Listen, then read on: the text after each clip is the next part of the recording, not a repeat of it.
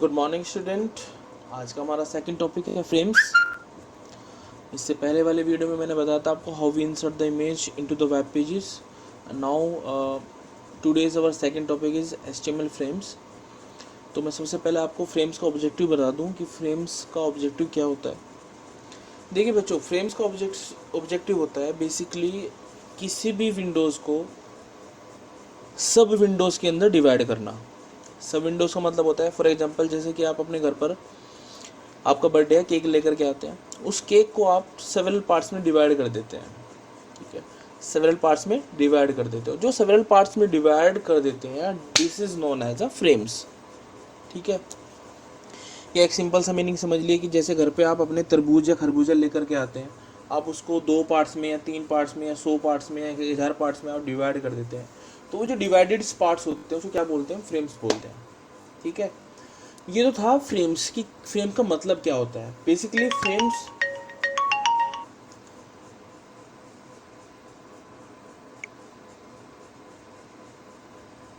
The window is divided into frames in a similar way the tables are organized into rows and columns. जैसे हम tables को organize करते हैं rows and columns की forms में, ऐसे ही हम क्या करते हैं, विंडोज़ को उसकी सब विंडोज़ की फॉर्म्स में हम ब्रेक कर देते हैं, डिवाइड कर देते हैं। Is that clear? देखिए बच्चों, फ्रेम्स के अंदर हमारे पास 2 टैग यूज़ होते हैं। एक होता है फ्रेम सेट टैग, एक होता है frame tag. Frame set tag क्या करता है? Frame set tag defines A set of rose and columns. मतलब फ्रेम सेट टैग के थ्रू हम अपनी विंडोज़ को रोज की फॉर्म में कन्वर्ट करना चाह रहे हैं या कॉलम्स की फॉर्म में डिवाइड करना चाह रहे हैं। रोज की फॉर्म में डिवाइड करना चाह रहे हैं या कॉलम्स की फॉर्म में डिवाइड करना चाह रहे हैं अपनी विंडोज़ को, वो हम करेंगे with the help of the frame set tag. ठीक है, हम विंडो को डिवाइड करते हैं, विंडो को डिवाइड करते हैं according to the frame set tag. और फ्रेम सेट टैग में भी किसकी फॉर्म में? रोज एंड कॉलम्स की फॉर्म में।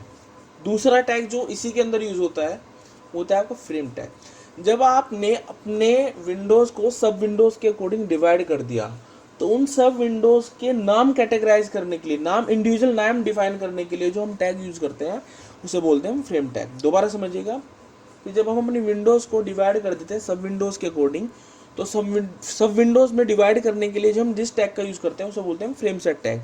और फ्रेम सेट टैग जो आपकी विंडो को डिवाइड करता है वो डिवाइड करता है in terms of the rows and columns. या तो आप रोज की टर्म्स में डिवाइड कर लीजिए या कॉलम्स के टर्म्स में डिवाइड कर लीजिए। ठीक है, और दूसरा, जब आप अपने विंडोज को सब विंडोज के अंदर डिवाइड कर दिया है, उस पर्टिकुलर सब विंडोज को नाम असाइन करने के लिए हम किस टैग का यूज करते हैं? फ्रेम टैग का। सिमिलरली मैं इस एक सिंपल से एग्जांपल के थ्रू आपको बता देता हूँ कि आपके घर पे केक आया, आपने केक को डिवाइड कर दिया। तो आपने केक को डिवाइड किया किसकी हेल्प से? फ्रेम सेट टैग की हेल्प से। आपने जब केक को डिवाइड कर दिया, उसके बहुत सारे पार्ट्स बना दिए, उन बहुत सारे पार्ट्स को नाम देने के लिए आप किस टैग का यूज करोगे? फ्रेम टैग का। Is that clear? Second thing, एक बहुत इंपॉर्टेंट थिंग है कि फ्रेम सेट टैग के अंदर जब आप कॉलम्स और रोज के अकॉर्डिंग डिवाइड करते हो तो आप एक पर्टिकुलर परसेंटेज देते हो। जो पर्टिकुलर विंडो का जो टोटल साइज हम काउंट करते हैं वो 100% काउंट करते हैं।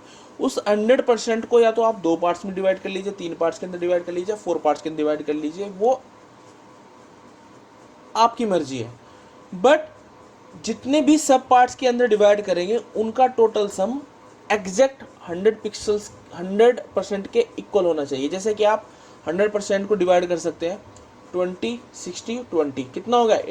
100 हो गया। ठीक है, उसके अकॉर्डिंग सपोज करो आप अपनी विंडो को 2 पार्ट्स के डिवाइड करना चाह रहे हो, बट जो डिवाइड करोगे वो 100% के अकॉर्डिंग करोगे। जैसे कि मैंने क्या किया, 50-50 के अकॉर्डिंग डिवाइड कर लिया। सेकेंड आप क्या कर सकते हो? 60-40 के अकॉर्डिंग। थर्ड क्या कर सकते हो? 10%, 70%, 20%, टोटल कितना हो गया? 100%। तो आपको 100% को डिवाइड करना, जो विंडो का एक्चुअल साइज होता है वो 100% होता है, उस 100% के अकॉर्डिंग ही आपको सब विंडोज के अकॉर्डिंग डिवाइड करना होता है। आइए एक एग्जांपल के थ्रू मैं आपको बता देता हूँ कि कैसे हम अपनी फ्रेम सेट क्रिएट करते हैं। तो मेरे पास पहले से एक बात याद रखिए बच्चों, जब भी आप फ्रेम इंप्लीमेंट करें अपने वेब पेज के अंदर तो सबसे पहले एक इंडिविजुअल फोल्डर बना ले फ्रेम नाम से, और फ्रेम का जितना भी काम है आप उस पर्टिकुलर फोल्डर के अंदर सेव करते रहें। ठीक है, अलग अलग डेस्कटॉप पे सेव ना कर करके एक ही फोल्डर के अंदर उसको सेव करें। ठीक है, तो मैंने पहले से एक फाइल बनाई हुई है मेन नाम से। ठीक है, मैंने अपने कंप्यूटर के अंदर एक फोल्डर बनाया फ्रेम नाम से। उस फ्रेम नाम फोल्डर के अंदर मैंने अपनी फाइल बनाई हुई है main.html के नाम से। देखिए बच्चों, सबसे पहले मैं आपको बता दूं कैसे आप इसको डिक्लेयर करते हैं। सबसे पहले आप html लिखते हैं, ठीक है। बॉडी टैग डिक्लेयर करने की जरूरत नहीं होती है, ठीक है, इस पर्टिकुलर फ्रेम सेट कॉन्सेप्ट के अंदर। उसके बाद आपने फ्रेम सेट डिक्लेयर किया। अब आप अपनी विंडो को कॉलम्स के अकॉर्डिंग डिवाइड करना चाह रहे हो और कितनी परसेंट लेना चाह रहे हो, 20 और 80%। 20 और 80% कितना होता है, 100%। तो मैंने आपको बताया था कि जो आप जिसके अकॉर्डिंग भी रोज या कॉलम्स के अकॉर्डिंग डिवाइड करो, और जितना भी परसेंटेज आप दे रहे हो, चाहे वो 2 पार्ट्स के अंदर हो, चाहे दो आप या 3 पार्ट्स के अंदर दो या 4 पार्ट्स के अंदर दो, उनका टोटल सम आपके 100% के बराबर होना चाहिए। तो देखिए 20 और 80% जो होते हैं आपके, वो 100% के बराबर होते हैं, ठीक है, ठीक है, 100% के बराबर होते हैं। अब मैंने जो 20 और 80% के अंदर इसको डिवाइड किया है, वो मैंने क्या किया, उस पहले वेब पेज का नाम दे दिया मैंने a.html और दूसरे वेब पेज का नाम मैंने दे दिया b.html। अब बच्चों क्या करना होता है, आपने जो 2 पार्ट्स के अंदर डिवाइड किया है a.html और b.html, ठीक है, ये वेब पेज भी आपके उस पर्टिकुलर फोल्डर जो आपने स्टार्टिंग में डिक्लेयर किया था, जैसे मैंने स्टार्टिंग में फ्रेम डिक्लेयर किया था, उस पर्टिकुलर फोल्डर के अंदर प्रेजेंट रहने चाहिए, ठीक है। तो मैंने दोनों वेब पेज पहले से बनाए हुए, देखिए यहाँ पे a.html बनाया, b.html बनाया। मैंने a.html के अंदर एक पर्टिकुलर हेडिंग ले लिया जिसके अंदर मैंने दीपक नाम डिक्लेयर कर लिया, और एक b.html नाम का फोल्डर ले लिया मैंने, जिसके अंदर मैंने नाम डिक्लेयर कर लिया, किस डिक्लेयर कर लिया, ठीक है। क्योंकि मैंने अपनी विंडो को 2 पार्ट्स के अंदर डिवाइड किया था। दो विंडो कौन सी थी आपकी, a.html और b.html। अब मैंने आपको बताया है कि a.html और b.html भी आपके पर्टिकुलर फोल्डर के अंदर प्रेजेंट रहने चाहिए, ठीक है। तो अब मैं आपको इस पर्टिकुलर वेब पेज को रन करके दिखा देता हूं।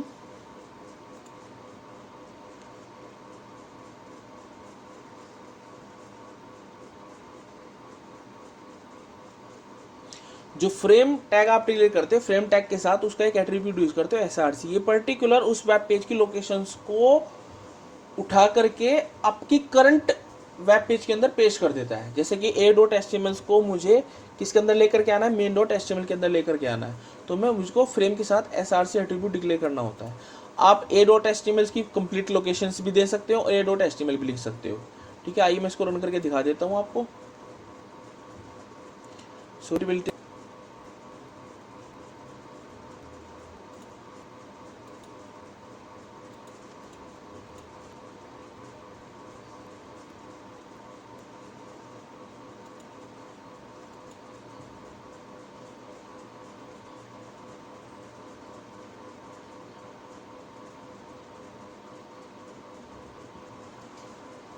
सॉरी स्टूडेंट्स, टाइम लग रहा है, थोड़ा सा वेट कीजिए।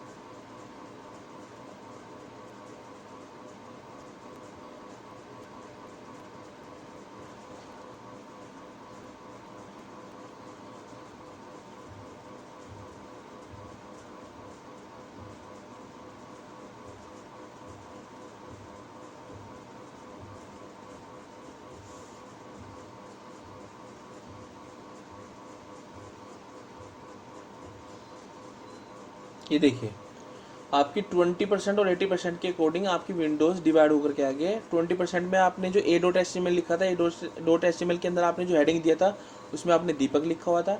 b.html के अंदर जो आपने b.html नाम का जो आपने वेब पेज दिया उसके अंदर आपने क्रिश लिखा हुआ था। तो 20 और 80% के अंदर कैटेगराइज हो गया। आप एक काम भी कर सकते हैं, यहाँ पर जो ए वेब पेज है इसकी प्रॉपर्टीज़ में जा करके यहाँ पर इसकी कंप्लीट लोकेशन भी पेस्ट कर सकते हैं, ठीक है। और मैं आपसे रिक्वेस्ट करना चाहूँगा कि आप पर्टिकुलर कंप्लीट लोकेशन ही पेस्ट करें, ठीक है, जैसे कि आपने इमेज के अंदर की थी, ठीक है। उससे आपका क्वेश्चन कभी भी गलत नहीं होगा, ठीक है, ठीक है। तब भी वही आएगा आपका, जैसे आपने पहले इम्प्लीमेंट करके देखा था, अब भी वही आएगा क्योंकि लोकेशन तो आपकी सेम ही है।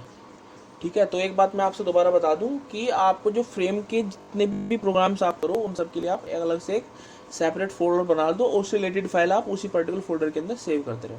अब आप यहाँ देखेंगे बच्चों, ये पर्टिकुलर जो हमने सेक्शन बनाए थे ये मूवमेंट कर रहा है। देखिए इस 20% को हमने यहाँ तक लेकर के आ गया, अब ये कितना हो गया, अप्रोक्स 80% हो गया। और क्रिस वाला कितना होगा 20%, पर क्रिस वाला तो कितना था 80% था, और दीपक वाला कितना था 20% था। ठीक है, देखिए यहाँ पे ऐसे हो रहा है, ये मूवमेंट ना करे इसके लिए आपको एक एट्रीब्यूट डिफाइन करना होता है नो रीसाइज नाम का, नो रीसाइज नाम का।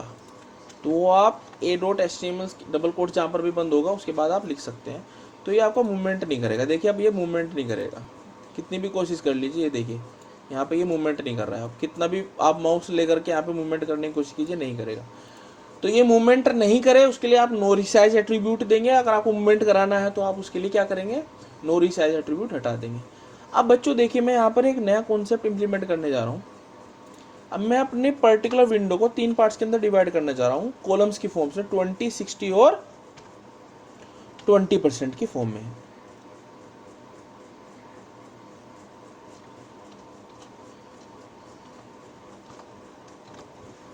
ठीक है, देखिए एग्जैक्ट टोटल जो होता है 20, 60, 20 का 100% होता है, तो आपको 100% को ही कैटेगराइज करना है।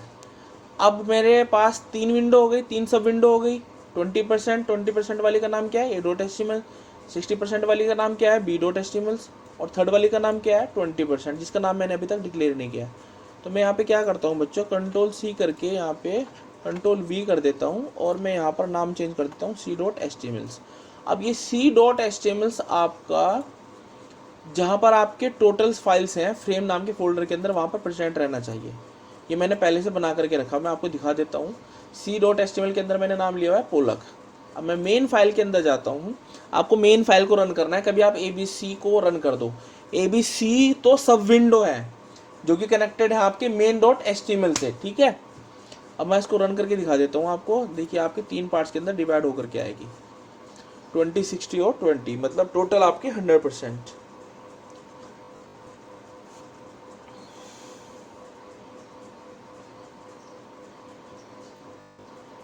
ये देखिए दीपक, क्रिश और पॉलक। ठीक है, तो ये आपका पर्टिकुलर कॉन्सेप्ट था कॉलम्स के अकॉर्डिंग। अब आप यहाँ पर मैं आपको दिखा देना चाहता हूँ रोज की फॉर्म में, तो आप कॉलम्स की जगह सिंपल बस आप रोज लिख दीजिए, रोज लिख दीजिए। आप रन करके देखिएगा यहाँ से।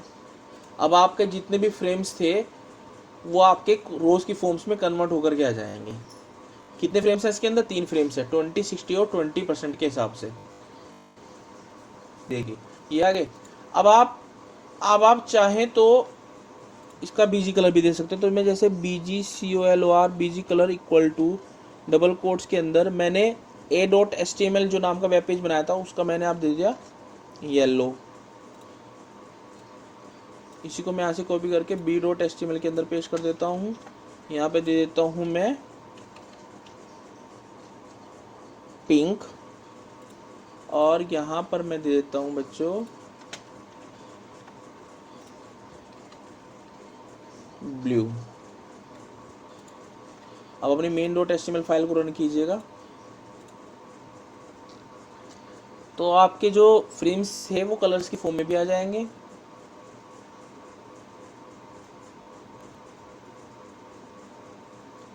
पोलक आ गया, दीपक और कृष्ण नहीं आया, कुछ शायद मिस्टेक हो गई है, देखते हैं दोबारा से। YELL होता है, YELL येलो, येलो मैंने पीला, येलो मैंने पीला। रन कीजिए। अब देखिए दीपक, क्रिश और पोलक्स आपके कलर्स फॉर्म में आ गए।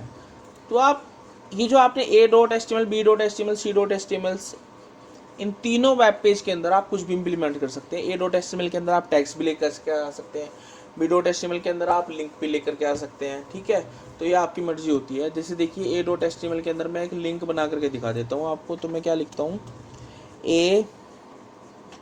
AHREF href equal to double quotes के अंदर abc.html,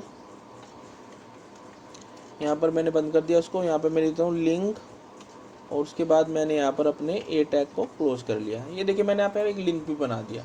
उस लिंक का नाम दिया मैंने abc.html। चलिए मैं अपनी मेन फाइल को क्लिक करके दिखा देता हूँ आपको। तो आप a.html के अंदर देखेंगे कि आपका लिंक भी आ गया है।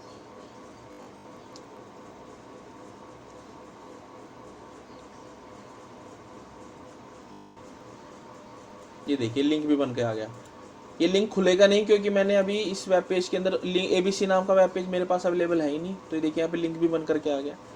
तो आप ऐसे अपने फ्रेम्स को इम्प्लीमेंट करके देखेंगे आज।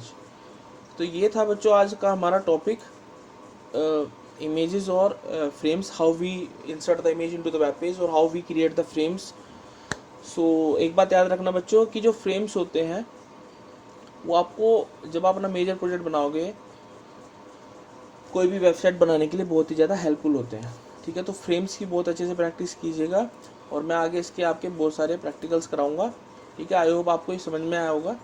नोट्स बनाते रहिए, प्रैक्टिकल परफॉर्म करते रहिए, क्योंकि कंप्यूटर साइंस आपका प्रैक्टिकल सब्जेक्ट है। जब तक आप प्रैक्टिकल करके नहीं देखेंगे तब तक आपका कोई भी चीज़ सॉल्व नहीं होगी।